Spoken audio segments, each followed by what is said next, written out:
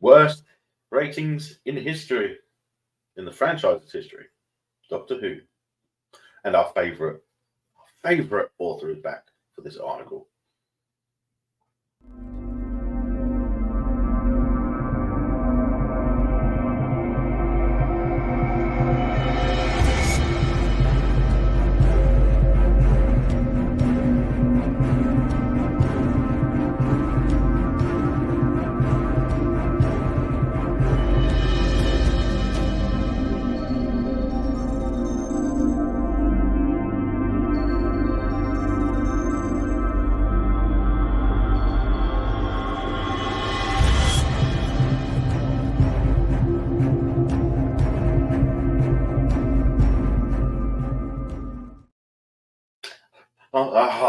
Sorry. Hi everyone, and welcome back to the channel. And yes, it's another Doctor Who video. Unfortunately, I'm making so many of these.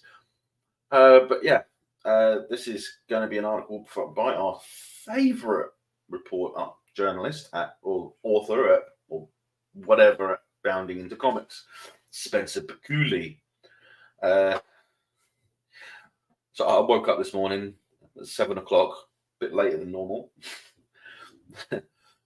Took half an hour to warm the PC up, make a coffee, have some breakfast. And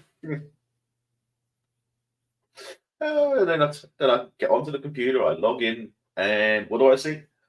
I see this pop up in Bounding into Comics because I'm scouring through pretty much every website I know, looking for articles about Doctor Who because I'm waiting for the response from the ratings.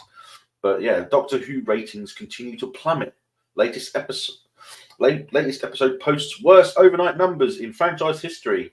And not only that, I mean, episode 2 at least had the worst 7-day ratings in history, I think. It'll be interesting to see what it has next Monday. So there we go. Scott Bakuli, May 21st, 2024. So it's new. I wish they would put a time, an upload time or something, a posting time. And as usual, he's got his favourite Doctor Who images up here. In further providing that the show's turn to fan antagonization and progressive social messaging serve no purpose but to inflate the egos of its production crew. The overnight viewing numbers for the third episode of Doctor Who's latest series have not only been confirmed as the worst of the 15th Doctor's run thus far. Really, you're going to single the 15th season, the 15th Doctor out. But of the entire franchise overall. That is absolutely right. Doctor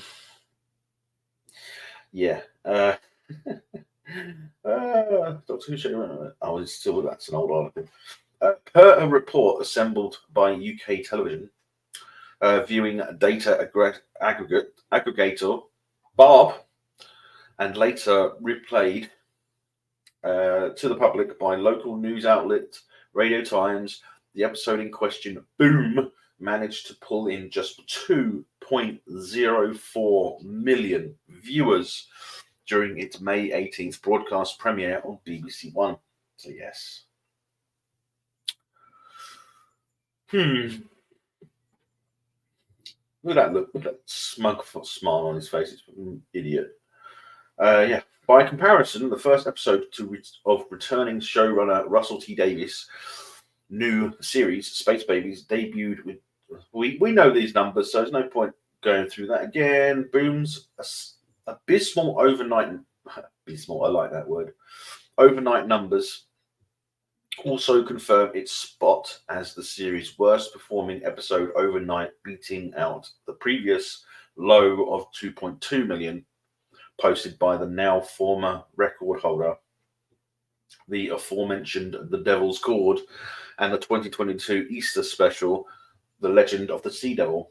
Yeah, I guess that's true. Yeah, up until this lot, The Legend of the Sea Devil was the worst one in the history of the franchise.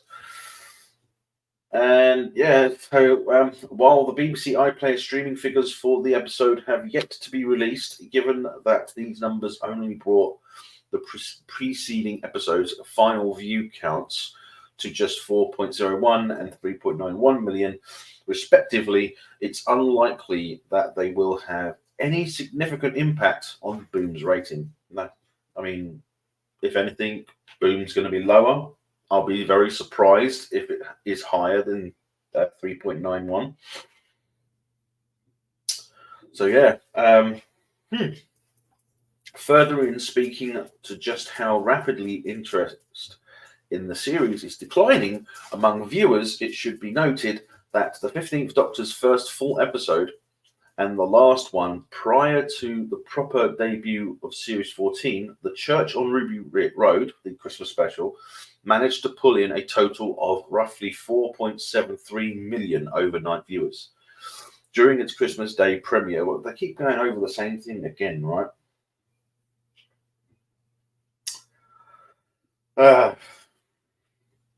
Of course, as noted above, the show's crashing reception comes as no surprise given its cast and crew's insulting of fans.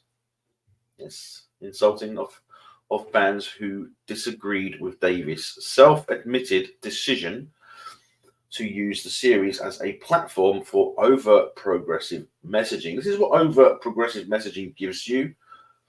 You know, the covert stuff is all right. I mean, that's like the stuff that we used to get with Captain Jack when he came in and he was by a few others. I think there was one in that Titanic special one that he did. I can't remember the name of it.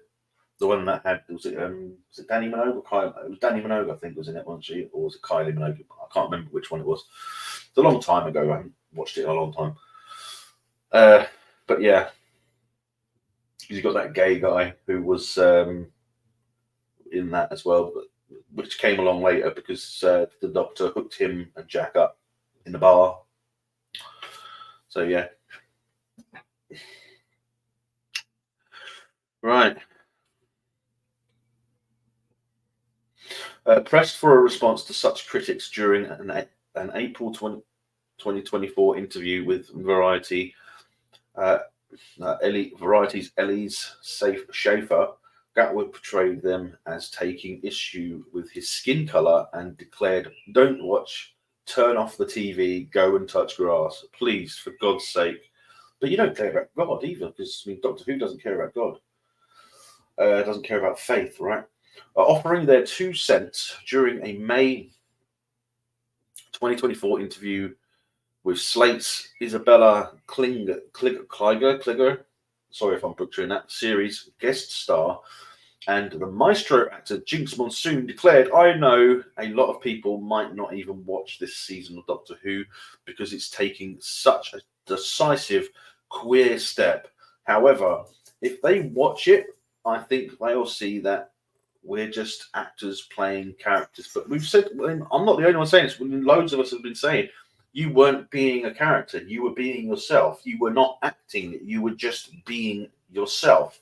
That is an issue that is one of the issues that we had with you and that episode. And if they don't watch it, then who needs them? I truly believe that for every fan we lose, to transphobia, it's got nothing to do with transphobia. You're crap. You're trash. You're not good at. You're not a fucking actor. We're going to have 2 or 3 more coming in because they're excited for trans representation. Well, there's only about 1 episode of trans representation. 1 episode. So they're only going to what? Are those trans supporters, I guess? Are they going to be tuning in just for that 1 episode because you're in it? I doubt it, because you're absolutely terrible in that. Likewise, dismissing critics of this decision to queer Doctor Who, Davis told Colliders, "Sorry, it is early. It is early, so I'm sorry, Matt for Casey, that while Twitter might kick off, it's not called Twitter anymore. I mean, they need to update themselves. I mean, I know a lot of people prefer to call it Twitter, but they are reporters. then they're supposed to report facts. And the fact is, Twitter doesn't exist anymore. It is X. So yeah, Twitter might kick off, and in dark title corners, people might argue, but that's not the real world. If that's not the real world, what fucking world are you living in? The real world is one of acceptance, and no, that's the world that you want. You think there was never you think that you need acceptance, but you don't. You don't need acceptance. You need everyone to believe the same as you, to be the same as you, every single one of you. And with battles to be fought and votes to be gained. Yeah. You know that? Votes to be gained? Does that sound very familiar? That's very political, right? The Doctor's next adventure, 73 Yards, is currently scheduled for premiere and likely continue the series' current downwards rating spiral on Disney Plus and on May 25th. But it's also going to be on BBC at the same time, right? So what, 6:50 in the evening on BBC One, as well as being released on iPlayer. So yeah, but the thing is, it's not the 25th when it's released on Disney Plus, right? Because it's released at midnight here, because that's the time it's released on Disney Plus.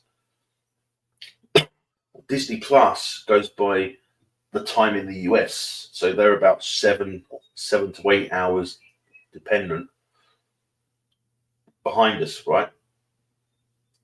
So at midnight, it's for us, it's like 7 or something for them. So they're watching it actually on the 24th. Basically, they're watching it on the Friday night, not Saturday. Which is what some people are also peed off with, because I'm pretty sure. Well, mind you, even if they did put it on, because if Disney Plus did put it on at midnight, that would be like 8 o'clock in the morning for the UK. So they're not putting it on at midnight. They're putting it on at 7 p.m. the day before. Because, like I said, if it was going on at midnight on Disney Plus, it would be going on at 8 o'clock, 7 to 8 for us in the morning, which it's not. It's going on at midnight for us, so it's available for them between 6 and 7 in the evening, the Friday before. By the way, this is one of the issues that people have with this Disney deal. Technically, in my opinion, it shouldn't be that way. Disney should air it after, right? So if it's released at midnight in the UK, then they should make it so that it's midnight in the US, technically, because or something along those lines. But it won't happen because they have their way of doing it, and we're not allowed to do anything about it. Apparently, we're not allowed to say anything because we're woke. We're anti-woke, or we're racist, or we're sexist, homophobic, whatever. But we're not. We're calling out the facts. This is the truth. Sorry about that. But yeah, everyone's got a cough now and then. And I do have a nasty throat right now. Very dry. But yeah. So yeah, give us your thoughts and ideas. Well, at least give us your thoughts down below, and do please check out the merch, and consider the tipping link in the description below, where you can tip us £1 or $1. It's entirely up to you. And until next time, guys, hit that like, hit that subscribe button, and take care. Stay safe, and may the Schwartz be with you always.